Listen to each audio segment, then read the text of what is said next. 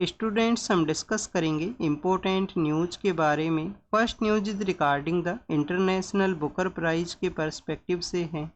Kannada language का writer हैं भानु मुश्ताक और उनका ट्रांसलेटर हैं दीपा, जिनको 2025 का इंटरनेशनल बुकर प्राइज है वो अनाउंस किया गया। बुकर प्राइज को अनाउंस किया गया है उनका जो राइटिंग है हर्ट लैम्प, उसके रिगार्डिंग में। हर्ट लैम्प नाम का जो राइटिंग है ओरिजिनली वो कन्नड़ा लैंग्वेज के अंदर लिखा गया है और उनका जो ट्रांसलेशन है दीपा मैम के द्वारा किया गया। इस राइटिंग के थ्रू 12 शॉर्ट स्टोरीज का जो कलेक्शन है वो किया गया है। उन स्टोरीज के अंदर में शो किया गया कि कैसे एक वुमेन है जो अपना स्ट्रगल को कैरी आउट करती है, सोशियो इकोनॉमिकल जो कंडीशन है सोसाइटी का, इसके अलावा जो पेट्रियार्कल सोसाइटी है उसके रिगार्डिंग में। क्या स्टूडेंट्स, ये जो पर्सनैलिटी है इंडिया का फर्स्ट पर्सन्स हैं जिनको कि इंटरनेशनल बुकर प्राइज है वो अनाउंस किया गया लिटरेचर के रिगार्डिंग में। तो आप देखिए कि 2022 के समय भी फर्स्ट इंडियन है जिनको ये प्राइज है वो अनाउंस किया गया था। उनका नेम है गीतांजलि श्री हैं, जिनको कि टॉम ऑफ द सैंड नाम का उनका किताब है जिसके रिगार्डिंग में इंटरनेशनल बुकर प्राइज है वो अनाउंस हुआ था। बुकर प्राइज के बारे में आपको पता होना चाहिए कब ये अवार्ड है वो स्टार्ट हुआ। तो स्टूडेंट 2005 के समय में इस अवार्ड को स्टार्ट किया गया राइटर्स के रिगार्डिंग में। डिफरेंट कैटेगरी के अंदर में जो राइटर्स हैं जो अलग अलग लैंग्वेज से रिलेटेड हैं उनको ये अवार्ड है वो दिया करते हैं। इनिशियली वे के अंदर में जो अवार्ड है 2005 से लेकर 2016 का जो समय है उस दौरान में आपको 2 ईयर्स के अंदर में वन टाइम इसको अनाउंस किया करते थे। बाद में आप देखिए कि 2016 से एनुअली बेसिस के ऊपर जो अवार्ड है वो आपको देखने के लिए मिलेगा। तो फर्स्ट जो इंडियन है वो कौन है? गीतांजलि श्री हैं। टॉम ऑफ द सैंड नाम का उनका किताब है। फर्स्ट टाइम इंडिया का जो रीजनल लैंग्वेज है जो कि कर्नाटका के एरिया के अंदर में बोला करते हैं कन्नड़ा लैंग्वेज, उसको ये जो प्राइज है वो अनाउंस हुआ है। नेक्स्ट अगर हम बात करें स्टूडेंट्स, जब भी लिटरेचर के बारे में रीड किया जाता है तो आपको पता होना चाहिए कि हमारे यहाँ पे लिटरेचर कैटेगरी के अंदर में हाईएस्ट जो अवार्ड हुआ करता है जिसको कि हम ज्ञानपीठ अवार्ड के नाम से जाना करते हैं। नोबल का जो कैटेगरी है, नोबल अवार्ड्स के बारे में जब हम रीड करते हैं तो आप देखिए कि नोबल अवार्ड्स के अंदर भी लिटरेचर का एक कैटेगरी है। 1913 का वो समय है जब फर्स्ट इंडियन को जो नोबल प्राइज अनाउंस किया गया था रविंद्रनाथ टैगोर साहब को, तो वो लिटरेचर का जो कैटेगरी है उसी के अंदर में नोबल अवार्ड है वो दिया गया था। उनका जो राइटिंग है गीतांजलि, उसके रिगार्डिंग में। 2024 का जो नोबल लिटरेचर का जो प्राइज है वो किसको अनाउंस हुआ था? साउथ कोरिया का जो राइटर हैं जिनका नाम है हैंग कांग उनका नेम है, जिनको कि नोबल का जो लिटरेचर अवार्ड है वो रिसेंटली यहाँ पे दिया गया। तो लिटरेचर के कुछ अवार्ड्स के बारे में हमने देखा। जो कन्नड़ा लैंग्वेज है उसके जो राइटर हैं भानु मुश्ताक हैं, दीपा उनका ट्रांसलेटर हैं, जिनको अभी रिसेंटली इंटरनेशनल बुकर प्राइज है वो दिया गया है शॉर्ट स्टोरीज के कलेक्शन के रिगार्डिंग में। तो कुछ लिटरेचर के बारे में था। बेसिक फैक्ट्स को आप ज़रूर से रीड करना, उनको यहाँ पे आप नोट डाउन करना अपने नोट्स के रिगार्डिंग। नेक्स्ट आप देखिए कि नक्सल मूवमेंट के बारे में है और हमारी सिक्योरिटी फोर्सेज के द्वारा नक्सलिज्म को एलिमिनेट करना है। 2026 का जो टारगेट ईयर है वो रखा गया है मिनिस्ट्री ऑफ होम अफेयर्स के द्वारा। तो उसी के थ्रू जो नक्सल मूवमेंट के एक टॉप लीडर हैं उनको एलिमिनेट किया गया है सिक्योरिटी फोर्सेज के द्वारा। छत्तीसगढ़ का एक नारायणपुर का एरिया है, सदर्न पार्ट ऑफ छत्तीसगढ़ के अंदर ये सिचुएटेड एरियाज हैं जहाँ पे नक्सल मूवमेंट का लिटिल बिट इम्पैक्ट है वो हुआ करता है, क्योंकि वहाँ पे फॉरेस्ट का जो लैंड है वो सिचुएटेड है, डिफ़िकल्ट टेरेन है फॉरेस्ट की वजह से। फिर आप देखिए कि वहाँ पे ट्राइबल कम्युनिटीज़ का प्रेजेंस है, तो ट्राइबल कम्युनिटीज़ अपने आप को जो फॉरेस्ट का एरिया है, जो लैंड का एरिया है, उससे मोर कनेक्टिविटी है वो शो किया करते हैं। और स्टूडेंट्स, वहाँ पे जो मेन स्ट्रीम के अंदर में ना होने की वजह से नक्सल मूवमेंट का प्रेजेंस है वो हुआ करता था, बट सिक्योरिटी फोर्सेज के द्वारा ओवर द ईयर्स यहाँ पे एलिमिनेट है वो किया गया है। अब प्रेजेंट समय के अंदर में काफ़ी कम लोग हैं जिनका कि इस मूवमेंट के साथ में इन्फ्लुएंस है वो प्रेजेंट्स करता है। जो प्रेजेंट समय में जिस टॉप लीडर को यहाँ पे एलिमिनेट किया गया उनका नाम है बसु राजू के नाम से उनको जाना करते थे। और आप देखिए कि NIT नाम का जो इंस्टीट्यूशन है उससे उन्होंने अपना जो इंजीनियरिंग का जो पढ़ाई है उसको कैरी आउट किया था। 1780s का वो समय है जब आपको काफ़ी एजुकेटेड जो लोग हैं उस लेफ्ट मूवमेंट के अंदर में उनका इन्फ्लुएंस वो हुआ करता था, but over the years movement का जो इन्फ्लुएंस है वो डिक्लाइन हुआ है और completely anti against the state होने की वजह से स्टेट को आप देखिए कि बैरल ऑफ द गन के थ्रू डाउन करने का जो उनका एक आइडियोलॉजी होता है, उसी की वजह से भी यहाँ पे लोगों का इस मूवमेंट के रिगार्डिंग में जो रुझान है, जो कैडर का जो रिक्रूटमेंट है वो रिड्यूस हुआ है। एग्जाम के पर्सपेक्टिव से क्या बेसिक इन्फॉर्मेशन आपको पता होना चाहिए। आप देखिए कि ये जो नक्सल मूवमेंट का जो एरिया है, जिसको कि हम रेड कॉरिडोर के नाम से जाना करते थे, इंडिया का जब हम इंटरनल सिक्योरिटी थ्रेट्स के बारे में रीड करते हैं तो one of the biggest internal security threat के रूप से भी इसको कंसीडर किया करते थे। 26 का ईयर है जब इसको कम्प्लीटली वे के अंदर में एलिमिनेट करना है। यहाँ पे जो समाधान नाम का एक स्ट्रेटजी है उसको भी अडॉप्ट किया गया था मिनिस्ट्री ऑफ होम अफेयर्स के द्वारा 2016 के समय में। समाधान जो स्ट्रेटजी है उसका जो बेसिक मोटिव था वो यही था कि हमें जो नक्सलिज्म है उसको एलिमिनेट करना है और लोगों को मेन स्ट्रीम के अंदर में यहाँ पे ऐड करना है। उनका जो स्किल स्पेसिफिक जो इनिशिएटिव्स हैं उनको इंसेंटिवाइज करने के जो इनिशिएटिव्स हैं उस एरिया के अंदर में चलाए गए। एनआईटी के एजुकेटेड जो उनके टॉप लीडर हैं जिनको एलिमिनेट किया गया, उनके बारे में हमने रीड किया है। तो आप देखिए कि वारंगल नाम का जो एनआईटी है, जो काफ़ी टॉप इंस्टीट्यूशन है इंजीनियरिंग के एंट्रेंस एग्जामिनेशंस के अंदर में, तो वारंगल नाम का जो इंस्टीट्यूशन है उसके थ्रू उन्होंने अपना जो स्टडी है वो कैरी आउट किया था। वारंगल के बारे में आपको पता होना चाहिए। वारंगल आप देखिए कि जो काकतीय डायनेस्टी है, काकतीय डायनेस्टी है, उनका कैपिटल एरिया है वो हुआ करता था वारंगल के रीजन के अंदर में। तो student, this is all the information related to the Naxal movement के बारे में। और 70s एंड 80s के समय में लिट्टे नाम का जो फोर्स एक डेवलप होता है श्रीलंका के वहाँ पे, क्योंकि स्टूडेंट श्रीलंका के अंदर में जो नॉर्दर्न पार्ट ऑफ श्रीलंका है, northern part of Sri Lanka, eastern part of Sri Lanka, यहाँ पे तमिलियन पॉपुलेशन का प्रेजेंस है। मैक्सिमम तमिलियन वही पर्सन है जो इंडिया से माइग्रेट किए थे वहाँ पे। ओके, किसके रिगार्डिंग में? टी प्लांटेशन के पर्सपेक्टिव से। तो आप देखिए कि वहाँ पे जो श्रीलंका के अंदर में मोर देन 70% के आसपास जो पॉपुलेशन है वो सिंगलीज का है, और तमिलियंस है जो नॉर्दर्न पार्ट के अंदर में है, ईस्टर्न पार्ट के अंदर में है। श्रीलंका अपना जो इंडिपेंडेंस है उसको अचीव करता है 1948 के समय में। फिर ओवर द ईयर्स 1956 के समय एक लैंग्वेज है जो उनका सिंगाली लैंग्वेज बोला करते हैं। सिंगलीज नाम का जो पॉपुलेशन है जो बुद्धिस्ट हुआ करते हैं, उनके द्वारा जो सिंगाली लैंग्वेज है उसको ऑफिशियल लैंग्वेज के रूप से रिकॉग्नाइज किया था 1956 के समय। और ओवर द ईयर्स आपको जो माइनॉरिटी कम्युनिटी है उसका एलिनेशन का जो कॉन्सेप्ट है वो देखने के लिए मिलेगा। फिर उनके लोगों के द्वारा एक ऑर्गेनाइजेशन फॉर्म होता है जिसको कि liberation of Tamil tiger Eelam का नाम दिया गया। ईलम जो वर्ड है उसका यहाँ पे मीनिंग है स्टेट, कि लिबरेट करना है। तमिलियंस का एक अलग से स्टेट है वो उनको क्रिएट करना है, जिसको कि जाफना नाम का जो प्रोविंस है जो नॉर्दर्न पार्ट के अंदर में सिचुएटेड है। जब इस तरीके से एलिनेशन होता है तो मूवमेंट वहाँ पे कैरी आउट होता है, वो भी गन को, जो गन पावर है उसी को यूज करते हुए एंटी स्टेट प्रोपोगेंडा को कैरी आउट करते हैं। और स्टूडेंट्स, जो लिट्टे के जो टॉप लीडर्स हैं उनके द्वारा यहाँ पे नक्सल मूवमेंट के लीडर्स को भी जो ये इस तरीके से जो ट्रेनिंग है वो किया गया था। ये आज ही के न्यूज़पेपर के अंदर में मेंशन है। नेक्स्ट अगर हम बात करें students, overseas citizen of India के जो कार्ड्स हैं जिनको कि कैंसिल किया गया मिनिस्ट्री ऑफ होम अफेयर्स के द्वारा, लास्ट 10 ईयर के अंदर में 194 ओवरसीज सिटीजन ऑफ इंडियाज़ के जो कार्ड्स हैं उनको यहाँ पे कैंसिल है वो किया गया है। हमारा जो सिटीजनशिप एक्ट हुआ करता है 1955 का जो सिटीजनशिप एक्ट है, उस एक्ट का आप देखिए कि जो सेक्शन 7D है जिसके थ्रू यहाँ पे कैंसिलेशन प्रोसेस के बारे में मेंशन है कि गवर्नमेंट यहाँ पे इशू नोटिस है उसको इशू कर सकती है। किसी भी पर्सन का जो कार्ड है उसको अगर बार करना है, उसको इंडिया के अंदर में एंट्री है उस कार्ड के रिगार्डिंग में उसको रोकना है। कौन कौन से ऐसे ग्राउंड हैं जिसके बेसिस पे गवर्नमेंट है उस कार्ड को बार कर सकती है, उसको रोक सकती है? आप देखिए कि फ्रॉड के थ्रू में, किसी पर्सन के द्वारा फ्रॉड के थ्रू में जो ओवरसीज सिटीजन ऑफ इंडिया का जो मेंबरशिप है, ये जो कार्ड है उसको गेन किया गया हो। सेकंड अगर हम बात करें तो यहाँ पे इंफॉर्मेशन को विद होल्ड किया गया हो, कोई इंफॉर्मेशन है उसको नहीं बताया गया हो, उसको विद होल्ड हो यहाँ पे पर्सन के द्वारा। थर्ड आप देखिए कि यहाँ पे जो कॉन्स्टिट्यूशन के अगेंस्ट में जो डिस्प्लेइंग है उसको, डिसअफेक्शन है उसको डिस्प्ले किया गया हो, उसको शो किया गया हो।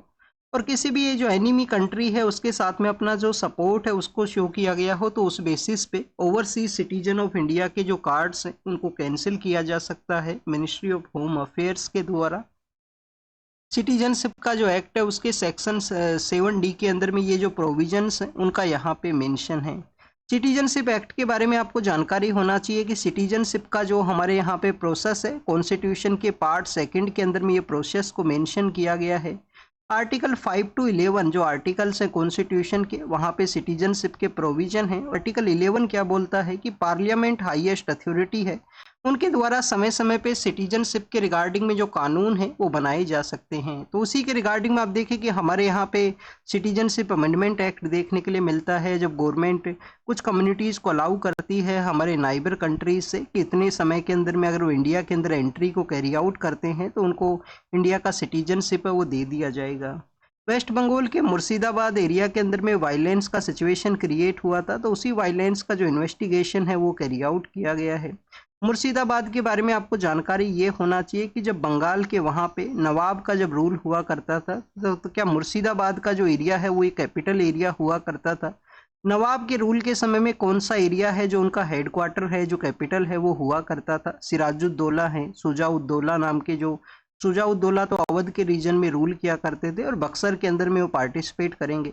तो सिराजुद्दौला नाम के जो नवाब हैं वो कहाँ से रूल किया करते थे बंगाल के अंदर में, ये आपको रीड करना है। अगर वो मुर्शिदाबाद है तो कमेंट सेक्शन के अंदर बताना।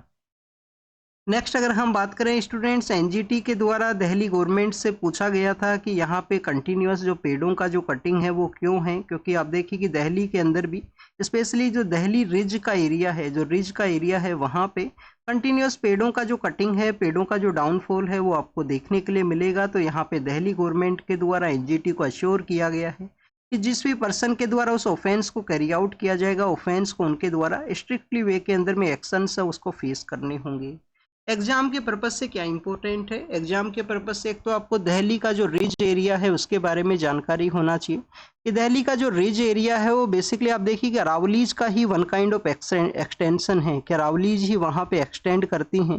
दिल्ली के बफर के रिगार्डिंग में दिल्ली के लंग्स के रूप से भी उनको कंसिडर किया जाते हैं कि दिल्ली के अंदर में जो प्रॉपर वे के अंदर में इन्वायरमेंटल कंडीशंस को मेंटेन करने का एक रोल है वो प्ले किया जाता है।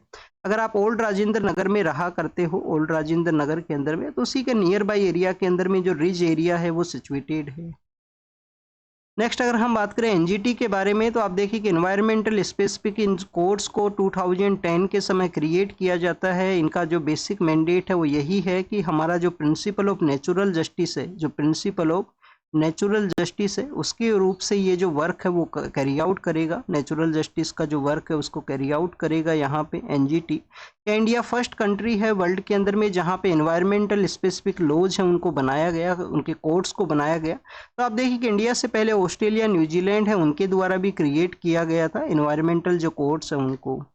क्या वाटर को एज ए वेपन के रूप से यूटिलाइज किया जा सकता है? रिसेंटली जो इंडस वाटर ट्रीटी का जो डिस्कशन है उसको मेंशन करते हुए यहाँ पे कहा गया है। तो आप देखिए कि वाटर का जब क्राइसिस, कोई भी यहाँ पे जो रिवर है जो इंटर स्टेट के रूप से अगर वो फ्लो करती है, इंटर कंट्री अगर वो फ्लो करती है, तो उसके रिगार्डिंग में मोर वाटर है वो प्रेजेंट किया जाए लोगों को। तो ऐसा आप देखिए कि डिमांड है वो हुआ करता है जिन एरिया से वो रिवर फ्लो किया करती है। वर्ल्ड वॉर फर्स्ट के समय में भी यहाँ पे बताया गया है कि काफ़ी ऐसे रिवर्स के एरियाज हैं जिसके रिगार्डिंग में जो वाटर का जो डिमांड है वो हुआ करता था, वाटर का डिमांड हुआ करता था। साउथ ईस्ट एशिया के अंदर में मेकोंग नाम का जो नदी है, मेकोंग नाम का जो नदी है, वियतनाम, लाओस, कंबोडिया और थाईलैंड नाम के जो कंट्रीज है वो कंटिन्यूस अपना जो वाटर डिमांड का जो कॉन्फ्लिक्ट है उसको कैरी आउट करते हैं। तो इंडस वाटर ट्रीटी का जो रिसेंट डेवलपमेंट है उसको कहा गया। रिवर्स के बारे में ऑलरेडी हम काफ़ी बार डिस्कस कर चुके हैं। इसके जो प्रोजेक्ट्स हैं कि किशन गंगा प्रोजेक्ट है वो किस रिवर के ऊपर में है, रेतल डैम है जो इंडिया के द्वारा बनाया गया है वो किस रिवर के ऊपर में है, वो आप ज़रूर से याद कर लेना, आपके एग्जाम के पर्पज़ से भी इम्पोर्टेंट है, वो रहेंगे, क्वेश्चन आपसे पूछे जा सकते हैं। एशियाटिक लाइन्स का जो पॉपुलेशन काउंट है उसको कैरी आउट किया गया है रिसेंटली, जिसके अंदर में बताया गया कि लास्ट 5 ईयर्स के अंदर में एशियाटिक लाइन्स का जो पॉपुलेशन है वो यहाँ पे इंक्रीज हुआ है। अब अगर हम बात करें एशियाटिक लाइन्स के बारे में, तो लास्ट टाइम आप देखिए कि जो पॉपुलेशन है वो 2020 के समय कैरी आउट हुआ था। अब जो पॉपुलेशन को काउंट किया गया है तो टोटल नंबर्स यहाँ पे 891 यहाँ पे आए हैं। इंडिया के अंदर में एशियाटिक लाइन्स कहाँ पे पाया करता है? गुजरात के अंदर में डिफरेंट एरियाज हैं, स्पेशली गिर का जो एरिया है वो मेजरली रूप से वहाँ पे आपको एशियाटिक लाइन्स देखने के लिए मिलेंगे। एशियाटिक लाइन्स आप देखिए कि गिर नेशनल पार्क है, पेनिया वाइल्ड लाइफ सेंचुरी है, उस एरिया के अंदर में सिचुएटेड है। गवर्नमेंट का प्रपोजल है कि गुजरात के अदर एरियाज के अंदर भी एशियाटिक लाइन का जो पॉपुलेशन है उसको बूस्ट किया जाए, उसको इंक्रीज है वो किया जाए। अब गुजरात का ये सिंबल के रूप से देखे जाते हैं एसिटिक लाइन जो है। आईयूसीएन स्टेटस इनका क्या हुआ करता है? आईयूसीएन स्टेटस स्टूडेंट्स इनका वल्नरेबल है। पहले इनका एंडेंजर्ड हुआ करता था, अब इनका जो स्टेटस है वो वल्नरेबल है। इसके अलावा आप देखिए कि इंडियन नेवी के द्वारा अजंता का जो पेंटिंग्स हैं, वह अजंता का जो पेंटिंग्स हैं जो हमारे आर्ट एंड कल्चर के पर्सपेक्टिव से इम्पोर्टेंट है। कौन सा रिवर के ऊपर में सिचुएटेड है अजंता पेंटिंग्स? अजंता का जो रॉक्स है जहाँ पे पेंटिंग्स हैं, क्या वागोरा नदी है? वागोरा नदी वहाँ से फ्लो करती है। तो आप देखिए उस पेंटिंग्स के अंदर में शो किया गया था एक शिप के बारे में। डेट मीन्स कि वहाँ पे शिप का प्रेजेंस हुआ करता था, जब भी लोगों के द्वारा शिप है उसको बनाया गया, तो उसी को यहाँ पे इंडियन नेवी के द्वारा रिक्रिएट करते हुए उस शिप का जो यहाँ पे मॉडल है उसको तैयार किया गया है, उसको ही यहाँ पे बताया गया। अजंता के पेंटिंग्स के बारे में जो क्वेश्चंस है वो पूछ लिए जाते हैं कि अजंता केव्स हैं वो कहाँ पे सिचुएटेड हैं। प्रेजेंट समय में इजराइल के द्वारा जिस तरीके से अपने एक्शंस को कैरी आउट किया गया है गाजा स्ट्रिप के अंदर में, और वहाँ पे जो ह्यूमैनिटेरियन सिचुएशन है, फूड का जो अनअवेलेबिलिटी है, चिल्ड्रंस का जो डेथ हुआ है, उसके रिगार्डिंग में इजराइल का जो आइसोलेशन है वो किया गया है कुछ कंट्रीज के द्वारा। कुछ कंट्रीज के द्वारा किया गया है कि इजराइल को आइसोलेट किया जाए। अभी आप देखिए कि recently United state of America के जो लीडर हैं वो वेस्ट एशिया के विजिट के लिए आए थे, उन्होंने भी इजराइल का जो विजिट है वो नहीं किया। तो सम काइंड ऑफ यहाँ पे जो इजराइल का एक आइसोलेशन प्रोसेस है वो स्टार्ट हुआ है, जो आपको रिसेंटली कनाडा है, फ्रांस है, यूनाइटेड किंगडम है, उनके द्वारा अपना जो ट्रेड टॉक्स है उनको पोज किया गया है इजराइल के साथ में। जो जिस तरीके से इजराइल का जो ब्रूटल कैंपेन है गाजा के अंदर में, स्टारवेशन का जो सिचुएशन देखने के लिए मिला है गाजा के अंदर में, तो आप देखिए कि ह्यूमैनिटेरियन ग्राउंड्स के ऊपर में इस तरीके से जो कंडीशंस हैं उसको नहीं कैरी आउट करना चाहिए। जो टेररिस्ट पर्सन है उनको आप यहाँ पे एलिमिनेट कीजिए। सिविलियन पर्सनस को किसी भी तरीके का जो कैजुअलिटी है वो नहीं होना चाहिए। सिविलियन पर्सन को किसी भी तरीके का जो डिफ़िकल्टी है वो भी नहीं होना चाहिए। काफ़ी सारे जो चिल्ड्रंस हैं उनका यहाँ पे डेथ हुआ है गाजा स्ट्रिप के अंदर में। नेक्स्ट अगर हम बात करें स्टूडेंट, 22 जो मई का जो डे हुआ करता है, आज का जो डे है उसको बायोडाइवर्सिटी डे के रूप से कंसिडर किया करते हैं। यहाँ पे अर्बन बायोडाइवर्सिटी के बारे में डिस्कशन है, और यहाँ पे जो ओवर फिशिंग का जो सिचुएशन है हमारे ओशियन एरियाज के अंदर में, तो उसके बारे में यहाँ पे जो डिस्कशन है वो किया गया है। तो स्टूडेंट्स अगर हम बात करें अर्बन बायोडाइवर्सिटी के बारे में, तो आप देखिए कि बायोडाइवर्सिटी डे को हम सेलिब्रेट करते हैं 22 मई को। 1992 का वो समय है जब convention for the biological diversity है वो इसी दिन एग्जिस्टेंस में आता है। फिर आप देखिए कि उसी बायोडाइवर्सिटी कन्वेंशन का एक फ्रेमवर्क है प्रेजेंट समय के अंदर में, जिसका टारगेट है कि 30% जो बायोलॉजिकल डाइवर्सिटी एरिया है जिसको कि हमें प्रोटेक्ट करना है 2030 तक। Over the years urban area के अंदर में लोगों का माइग्रेशन इंक्रीज हुआ है 2050 तक। अराउंड द मोर देन 70 के आसपास, मोर देन 70% के आसपास पॉपुलेशन है ग्लोबल लेवल के ऊपर में अर्बन एरियाज़ के अंदर में रहा करेगी। तो उस समय अर्बन एरियाज़ को यहाँ पे प्रोटेक्ट करने का ज़रूरत रहेगा, उनका बायोडाइवर्सिटी को प्रोटेक्ट करने का ज़रूरत रहेगा। तो यहाँ पे कहा गया है कि सिटी का जो एक बायोडाइवर्सिटी इंडेक्स है उसके बेसिस के ऊपर में सिटीज़ को यहाँ पे कैटेगराइज किया जाए, उसको प्रॉपर वे के अंदर इम्प्लीमेंटेशन का ज़रूरत है। अर्बन एरियाज़ के अंदर में जो फॉरेस्ट कवरेज है उसको बूस्ट किया जाए। जो मियावाकी कॉन्सेप्ट है, मियावाकी एक जापानीज पर्सन है जो कि इस कॉन्सेप्ट को बूस्ट करते हैं कि अर्बन एरिया के अंदर में ट्रीज का जो प्रेजेंस है उसको इंक्रीज करना है। हमारे जो अर्बन सिटीज़ हैं वहाँ पे फॉरेस्ट के प्रेजेंस के बारे में डिस्कस करें तो 10.26 के आसपास फॉरेस्ट का प्रेजेंस है, इसको बूस्ट है वो हमें करना है। नेक्स्ट आप देखिए कि हमारे ओशियन एंड जो यहाँ पे वाटर बॉडीज़ के एरियाज़ हैं जहाँ पे वाटर फिशिंग देखने के लिए मिलता है, तो ओशियन की हेल्थ को तो इम्पैक्ट करता ही है। जो ट्रेवलर्स यूज किए जाते हैं, इंडियन अथॉरिटीज़ के अगेंस्ट में भी जो कंसर्न्स रेज करते हैं आइलैंड कंट्रीज, और लाइवलीहुड को भी आप देखिए कि ये इम्पैक्ट है वो करता है, क्योंकि अगर यहाँ पे बिग प्लेयर्स हैं वो कम्प्लीटली जो फिशिंग को कैरी आउट करेंगे तो आप देखिए कि स्मॉल प्लेयर्स का जो लाइवलीहुड है उसको ये कम्प्लीटली इम्पैक्ट रहेगा। तो उसके बारे में यहाँ पे जो डिस्कशन है वो किया गया। बांग्लादेश के अंदर में ढाका कैपिटल के जो मेयर हैं उसके रिगार्डिंग में बीएनपी नाम का जो पॉलिटिकल पार्टी है उनके लीडर्स के द्वारा प्रोटेस्ट किया गया है। एग्जाम के पर्पज से नहीं इम्पोर्टेंट है। लोकेशन एक बार आपको ज़रूर से पता होना चाहिए कि अगर हमें यहाँ पे 4 सिटीज़ आपको मेंशन कर दिया जाए, एक दिल्ली सिटी है, एक काठमांडू है, एक थिम्पू है और एक ढाका है।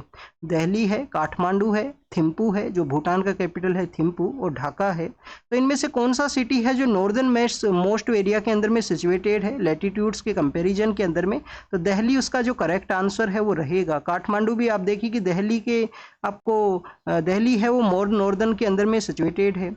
कतर के द्वारा एक यहाँ पे एयरफोर्स 1 का जो बेसिकली जेट है वो दिया गया है, जो यूएस के द्वारा एक्सेप्ट किया गया, यूएस को दिया गया था। और स्टूडेंट्स बेसिकली यहाँ पे स्पेन के बारे में मेंशन किया गया। यूक्रेन के एक फॉर्मर पॉलिटिकल लीडर हैं जिनका डेथ हुआ है स्पेन के स्कूल एरिया के अंदर में। नेक्स्ट आप देखिए कि साउथ अफ्रीका के जो पॉलिटिकल लीडर हैं यूएस के विजिट के लिए गए थे। यूएस के प्रेसिडेंट के द्वारा उनको फोटोज हैं, वीडियोज हैं, वो शो किए गए और वहाँ पे शो किया गया कि कैसे जो वाइट मैन हैं, वाइट मैन्स के अगेंस्ट में जो रेशियल डिस्क्रिमिनेशन है वो देखने के लिए मिला है साउथ अफ्रीका के अंदर में। जो इंसिडेंट्स हैं उनको उनके द्वारा शो किया गया यूएस प्रेसिडेंट के द्वारा, तो उसका ये डिस्कशन है। इसके अलावा आप देखिए कि इजराइल का जो ट्रूप्स हैं वो कंटिन्यूस फायरिंग सिचुएशन के अंदर में है। गाजा स्ट्रिप के अंदर में कुछ यहाँ पे जो ह्यूमैनिटेरियन असिस्टेंस है उसको भी अलाउ किया गया है। और यूके का जो रोल है वो क्या है गाजा की वॉर के अंदर में, उसको यहाँ पे इन्वेस्टिगेट करने के बारे में एक बिल है उसको प्रपोज किया गया। तो दिस इज जो completely discussion regarding the today's newspaper. आप इसको रीड कीजिए, रिवाइज कीजिए, जो भी इंफॉर्मेशन आपको मिला है उसको नोट डाउन कीजिए। Thank you students, thank you very much.